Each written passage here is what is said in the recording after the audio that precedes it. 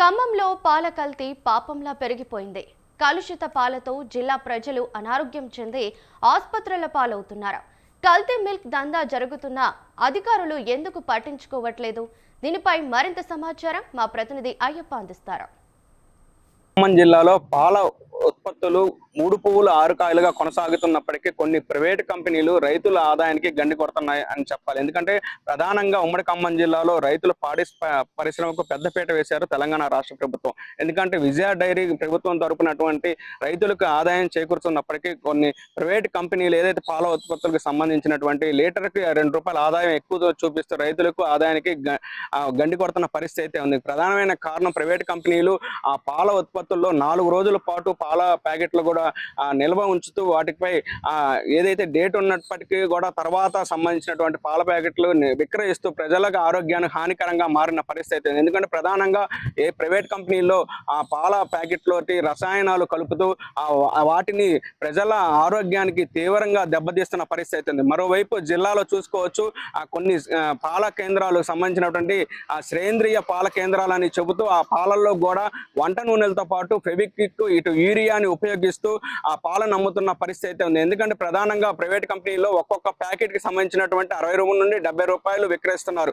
కనీసమైన పాల వినియోగదారులకు సంబంధించినటువంటి ఫ్రిడ్జ్ లో కానీ సాంకేతంగా ఉన్నటువంటి మీటర్లు కూడా ఏర్పాటు చేయకపోవడం, అక్కడ నిల్వ ఉంచిన పాల ప్యాకెట్ని ఇక్కడ ఉన్న స్థానిక ప్రజలకి అమ్మటం తోటిగా ప్రజలు ఆరోగ్యంగా తీవ్ర ఇబ్బందులు ఎదుర్కొన్న పరిస్థితి. ప్రధానంగా దీనికి సంబంధించిన ఇప్పటికే పలు ప్రభుత్వాలు కూడా ఎన్నో విధాలుగా సంక్షేమ పథకాలు చేపట్టినట్టు పాలకు చేపట్టినప్పటికీ కూడా ఇటు ప్రైవేట్ కంపెనీలు ఆ ప్రజల ఆరోగ్యాన్ని దుర్వినియోగం చేస్తూ అటువంటి ఆదాయమే ధ్యేయంగా రైతులకి గండు కొడుతున్న పరిస్థితి ఉంది. ఇక్కడ స్థానికంగా ఉన్నటువంటి ఫుడ్ సేఫ్టీ అధికారులు కనీసం కూడా ఎక్కడైతే పాల కేంద్ర సంబంధించినటువంటి దర్యాప్తు చేయకుండా అక్కడ ఉన్నటువంటి పరిశీలన చేయకుండా వాళ్ళకు నిమ్మకి నీరెత్తున వ్యవహరిస్తున్న పరిస్థితి ఉంది. గత 4 నెలల క్రితం చూసుకోవచ్చు ఖమ్మం జిల్లాలో కొన్ని పాల కేంద్రాలకు సంబంధించినటువంటి పాలల్లో కల్తీ ఏర్పడిన సంఘటనలు చూసాం. అక్కడ ఉన్నటువంటి సీజ్ చేసిన పరిస్థితి కూడా లేకపోయిన పరిస్థితి ఉంది. ప్రధానంగా ప్రైవేట్ కంపెనీలు ఆదాయమే ధ్యేయంగా ఈరోజు చేపట్టినప్పటికీ తెలంగాణ రాష్ట్ర ప్రభుత్వం విజయ డైరీకి నిధులు చేకూరుస్తూ నిన్న 2 రోజుల క్రితం గత 4 నెలల క్రితం కూడా రేవంత్ రెడ్డి విజయ డైరీని అభివృద్ధి చేస్తానని ఒక ప్రకటన చేశారు. నిధులు కూడా కేటాయిస్తున్న పరిస్థితి నేపథ్యంలో రైతులు విజయ డైరీకి మొగ్గు చూపిన పరిస్థితి ఉంది. ప్రైవేట్ కంపెనీలు ఎందుకంటే ప్రధానంగా ఆదాయమే ధ్యేయంగా ఈరోజు పనిచేస్తున్న పరిస్థితి ఉంది. ప్రధానంగా ఇక్కడ మనం చూసుకోవచ్చు పాలల్లో యూరియా ఫెవికాల్ కూడా కలుపుతూ ఇక్కడ నాణ్యత లోపం అయితే కనిపిస్తున్న పరిస్థితి ఉంది. ఎందుకంటే పాడి పరిశ్రమకి ఉమ్మడి ఖమ్మం జిల్లా ప్రధానంగా పెద్దపీట వేసినప్పటికీ ఈరోజు ప్రైవేట్ కంపెనీలకు కావచ్చు అమూల్ కావచ్చు మిగిలిన కంపెనీలు కూడా దుర్వినియోగం చేస్తూ అందులో అటువంటి కెమికల్ కలుపుతూ ఆ కెమికల్ని వాడుతూ 4 నెలల పాటు అంటే 4 రోజుల పాటు పాల ప్యాకెట్లు నిల్వ ఉంచిన పరిస్థితి ఉంది. ఎందుకంటే వినియోగదారులు చూసుకోవచ్చు కనీసం డోర్ ఓపెన్ ఫ్రిడ్జ్కి సంబంధించిన డోర్ ఓపెన్ చేయడం, అక్కడ ఉన్నటువంటి కనీసం ఏదైతే కరెంటు పోయినప్పుడు కూడా అక్కడ కరెంటు లేకపోవడంతో అక్కడ నిల్వ ఉన్న ప్యాకెట్లు అమ్మడం, ఆ తర్వాత 4 రోజుల తర్వాత చూసుకోవచ్చు ఆ ప్యాకెట్లకు సంబంధించిన పాలు కూడా వేడి చేసిన తర్వాత పాలకోవాతో పాటు ఇటు నెయ్యిని తయారు చేసి అవి కూడా విక్రయిస్తున్న పరిస్థితి ఉంది. ఇందులో పలు రసాయనాలు ఉపయోగిస్తూ ప్రజల ఆరోగ్యానికి గండు కొడుతున్నారని చెప్పాలి. ఎందుకని ఇప్పటికే పశువర్ధక శాఖ వైద్య శాఖ అధికారులు కూడా చెబుతున్న విషయం ఏంటంటే గేదె పాలు శ్రేష్టమైనవి అవి వాడితేనే బాగుండిద్దని కూడా చెబుతున్న పరిస్థితి. మరోవైపు చిన్నారులు కావచ్చు ఇటు చిన్నపిల్లల సంబంధించినటువంటి డాక్టర్లు కూడా చెబుతున్న విషయం ఏంటంటే గేదె పాలు స్పష్టమైనవి కూడా చెబుతున్నప్పటికీ ప్రజలు ఇటు విశ్వసించిన పరిస్థితి అయితే ఉంది. ఏదైనప్పటికీ ఇంకనైనా అధికారులు వీటిపై సరైన చర్యలు తీసుకోవాలని చెబుతున్నారు. కెమెరామ్యాన్ జకీర్తో అయ్యప్ప, స్వతంత్ర న్యూస్, ఖమ్మం జిల్లాలో. నమస్కారం. రెగ్యులర్గా మనము చిన్నపిల్లల్లో పోతపాలు పోయడానికి చాలామంది పైన టోడ్ మిల్క్ లేదా ప్యాకెట్ పాలని ఎక్కువగా వాడుతూ ఉంటారు. సో ఫస్ట్ థింగ్ ఏంటి అంటే దీనిలో మనకి న్యూట్రిషన్ వాల్యూ అనేది చాలా ఇంపార్టెంట్. చాలామంది దాన్ని కూడా డైల్యూట్ చేసి తాపిస్తూ ఉంటారు. డైల్యూట్ చేయడం వల్ల పెద్దగా వచ్చే ఉపయోగాలు ఏం లేవు. ఎందుకంటే ఆ వాటర్ ఎలా ఉంది, ఆ కంటామినేట్ అయిందా అనేది మనం చూసుకోవాలి. డైల్యూట్ చేయడం వల్ల ఓవర్ డైల్యూషన్ వల్ల న్యూట్రిషన్ వాల్యూ తగ్గిపోతుంది. అంటే క్వాంటిటీ కంటే క్వాలిటీ మనకి ఇంపార్టెంట్. సరే, ఇది పక్కన పెడితే ఎక్కువగా మనం మార్కెట్లో ఈ ప్రైవేట్ కంపెనీవి చూస్తూ ఉంటాం రెగ్యులర్గా. సో యూజువల్గా టోన్డ్ మిల్క్ అంటాం వీటిని.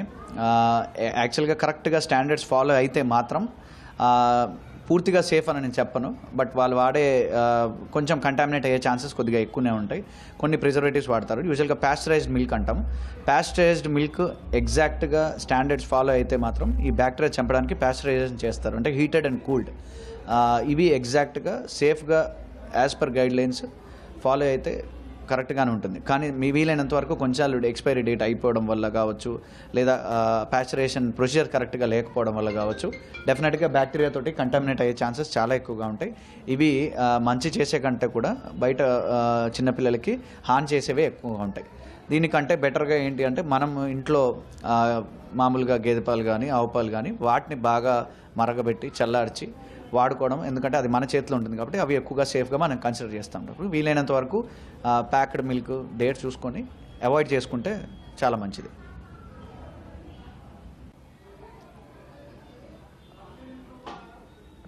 ఓకే, వీటితో పాటుగా ఎక్కువగా మనం ఈ ప్యాక్డ్ మిల్క్స్లో అడల్ట్రేషన్ అంటాం. అడల్ట్రేషన్ అంటే కొన్ని మిక్స్ చేయకూడని స్టాండర్డ్స్ ఫాలో అవ్వకుండా ఎక్కువగా కొన్ని ప్యాక్స్ మిల్క్లో డిటర్జెంట్స్, తర్వాత యూరియా కూడా కొన్ని చోట్ల డిటెక్ట్ అవుతూ ఉంటుంది. ఇది అడల్ట్రేషన్ అంటారు, అంటే కల్తీ చేయడము.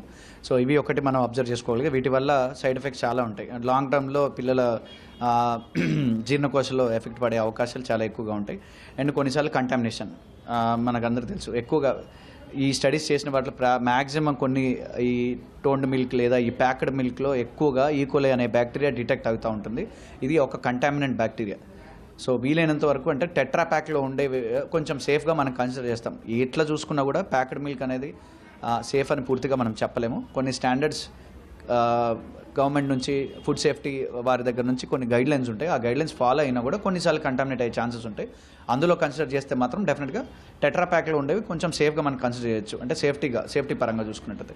సో ఈ కంటామినెంట్ బ్యాక్టీరియా చాలా వాటిలో డిటెక్ట్ అవుతా ఉంది, ఈకోలి అనేది. అండ్ మూడోది వచ్చేసి కొన్ని మిల్క్ ఎలర్జీస్, వీటి వల్ల వచ్చే సైడ్ ఎఫెక్ట్స్. కొంతమందికి లాక్టోజ్ ఇంటాలరెన్స్ అని ఉంటుంది. అంటే లాక్టోజ్ అనేది ఒక షుగర్. నార్మల్గా ఈ లాక్టోజ్ ఇంటాలరెన్స్ బేబీస్లో ఆ లాక్టోజ్ అనే ఎంజైమ్ని లేదా పాలని డైజెస్ట్ చేసుకోలేని పరిస్థితులు కొన్నిసార్లు వస్తుందంటే సెకండరీ లాక్టోజ్ ఇంటాలరెన్స్ అంటాం, ప్రైమరీ లాక్టోజ్ ఇంటాలరెన్స్ అంటాము. అంటే పుట్టుకతోటే వచ్చి కొంతమంది తల్లిపాలు కూడా అరగవు కొంతమందికి. అలాంటి వాటిలో ఈ ప్రోడక్ట్స్ వల్ల లాక్టోజ్ ఇంటాలరెన్స్ వచ్చి కొన్నిసార్లు డయేరియా, అరగకపోవడం వల్ల కంటిన్యూస్గా డయేరియా కానీ ఇలాంటివి వచ్చే అవకాశాలు ఎక్కువగా ఉంటాయి. అండ్ ఈ ఇన్ఫెక్షన్స్ వల్ల డయేరియాస్, అతిసారం అంటూ ఉంటాము. ఇన్ఫెక్షన్ వల్ల కంటిన్యూస్గా మోషన్స్ రావడం, కొన్నిసార్లు సీరియస్ అవుతూ ఉంటాయి డిహైడ్రేషన్స్ వల్ల. ఇలాంటివి కూడా వచ్చే అవకాశాలు ఎక్కువగా ఉంటాయి. సో వీలైనంత వరకు వీటిని అవాయిడ్ చేసుకోగలిగితే చాలా బెటర్ ఉంటుంది. చిన్నపిల్లలకి ఏ రకమైనటువంటి పోషక పదార్థాలు ఇవ్వాలి, వాళ్ళ ఆరోగ్యాన్ని ఏ రకంగా కాపాడుకోలే అంశం మీద ఈరోజు మాట్లాడటం జరుగుతుంది. చిన్నపిల్లల్లో ముఖ్యంగా ఎదుగుదలకి 3 రకాలైనటువంటి ఎలిమెంట్స్ అవసరం. నెంబర్ 1 ఐరన్, అంటే ఇనుము. ఇది చాలా అత్యంత ముఖ్యమైనటువంటి మూలకం. ఎందుకనంటే ఐరన్ తక్కువ ఉంటే ఫోకస్ తక్కువ ఉంటుంది, వాళ్ళల్లో రెసిస్టెన్స్ పవర్ అంటే ఇమ్యూనిటీ పవర్ తక్కువ ఉంటుంది. తద్వారా రకరకాల జబ్బులను బారిన పడే ప్రమాదం ఉంది. కాబట్టి 80% కూడా ఐరన్ తక్కువ లేకుండా చూసుకోవాల్సిన బాధ్యత తల్లిదండ్రులు, సమాజం మీద ఉంది. కాబట్టి ఆ ఐరన్ని ఏ రకంగా తీసుకోవాలి అనంటే సిరప్లు, టాబ్లెట్ల మీద డిపెండ్ అయ్యేదానికన్నా ఎటువంటి సైడ్ ఎఫెక్ట్స్ లేకుండా ప్రకృతిలో లభ్యమవుతున్నటువంటి పదార్థాలు కొన్ని ఉన్నాయి. ఆ ఐరన్ రిచ్ ఫుడ్స్ ఏదైనది తెలుసుకుంటే అవి తీసుకున్నట్లయితే పిల్లలకి సరిపడా ఐరన్ లభ్యమవుతుంది. అవి ఏంటి అని అంటే అందరికీ చాలా చీప్ అండ్ బెస్ట్లో లభ్యమయ్యే ఆకుకూరలు ఉన్నాయి. గోంగూర, ముఖ్యంగా గోంగూరలో ఐరన్ శాతం ఎక్కువ ఉంటుంది. అదేవిధంగా పాలకూర, రకరకాల ఆకుకూరలు తీసుకోవచ్చు. దాని తర్వాత ఇంట్లో కామన్గా మనం ఉండేది టీలు తాగుతుంటాము, ఇది చేస్తుంటాం. దాంట్లో బెల్లంలో ఐరన్ శాతం ఎక్కువ ఉంటుంది. అదేవిధంగా ఇప్పుడు ఒక యాపిల్ పండు కొనాలంటే మినిమం ఒక 20 రూపాయలు అవుతుంది అనుకోండి, అది కాస్ట్లీ కావచ్చు. యాపిల్లో ఐరన్ ఉన్నంత మాత్రాన యాపిలే తినాలని ఏం లేదు. గోంగూర తినొచ్చు, ఇటు బెల్లంలో కూడా ఐరన్ ఎక్కువ ఉంటుంది. అదేవిధంగా మటన్లో కూడా ఐరన్ ఎక్కువ ఉంటుంది. ఇవే కాకుండా డ్రై ఫ్రూట్స్ లాంటివి, కిస్మిస్లు, ఖర్జూరు అంటే ఎండు ఖర్జూరు పండ్లలో కూడా ఎక్కువ ఐరన్ శాతం ఎక్కువ ఉంటుంది. ఇటువంటి న్యాచురల్గా అంటే ప్రకృతికి దగ్గరగా బతికితే ఎక్కువ రోజులు బతికే అవకాశం ఉంటుంది, జబ్బును బారిన పడకుండే అవకాశం ఉంటుంది, ముఖ్యంగా పిల్లలు. ఎందుకంటే వాళ్ళలో రోగ నిరోధక శక్తి తక్కువ ఉంటుంది కాబట్టి ఇటువంటి ఐరన్ రిచ్ ఫుడ్స్ ఇస్తే ఎక్కువ ఇమ్యూనిటీ పెరిగి జబ్బును బారి పడకుండా ఉండే అవకాశం ఉంటుంది. అదేవిధంగా మునగాకు, మోరింగా అంటారు, మునగాకులో దాదాపు అన్ని రకాలైనటువంటి అంశాలు ఎలిమెంట్స్ ఉండి